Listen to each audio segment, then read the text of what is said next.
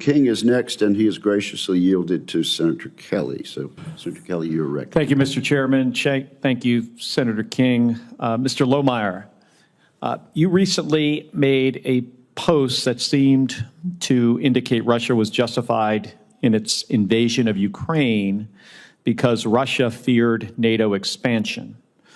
This isn't just untrue, it's also the exact kind of misinformation that Russia pushed to justify them rolling troops and tanks across the border into Ukraine and bombing Ukrainian cities. So, Mr. Lohmeyer, I want to be very direct here. In your opinion, was Russia justified in its invasion of Ukraine?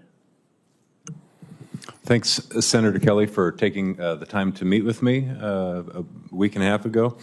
In answer to your question, I'll say as directly back as I can as well, and in respect, I don't believe I used the word justified in my post. However, I am a bit of a historian. I like context, and what I've always said publicly is that all heads of state have to make determinations for their own security.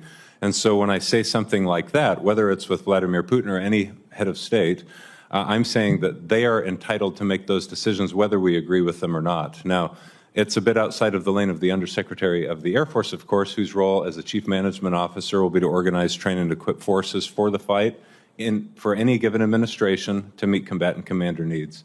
Well, I'll give you that the post did not say that, but okay. You did post a article by John Mearsheimer that said why the Ukraine crisis is the West's fault.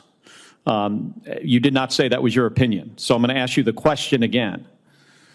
In your opinion, was Russia justified in its invasion of Ukraine? For context, which always, of course, Senator, as you're aware, matters a great deal, that was an article that was written by John Mearsheimer, an international relations scholar, in 2014, and it was a comment about Russia's annexation of Crimea in 2014 and some of the history leading up to that. It was not an article that had any bearing upon what happened in the decade that followed per se, but it was an international relations academic piece that talked about the annexation of Crimea. And his opinion in that article, and this is a very insightful article, in fact, traces through the history of NATO expansion since it was created.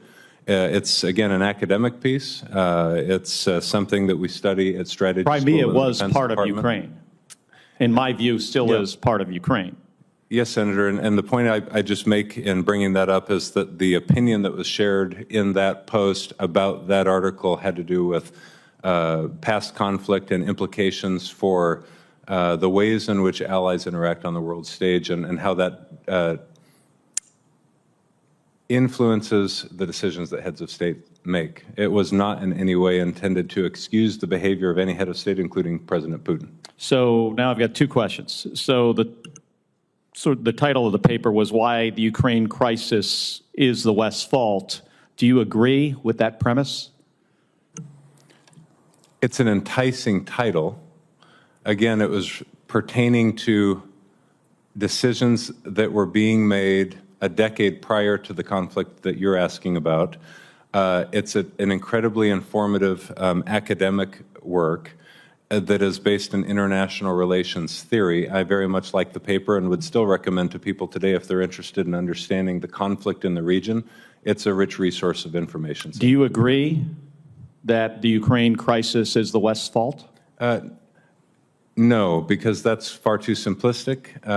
Again, global politics is messy and complicated affairs. What I will say is that it's very clear. A couple of years ago, Russia invaded Ukraine, and Ukraine's been on the defensive trying to fight that war, and of course has had bipartisan support in this Congress.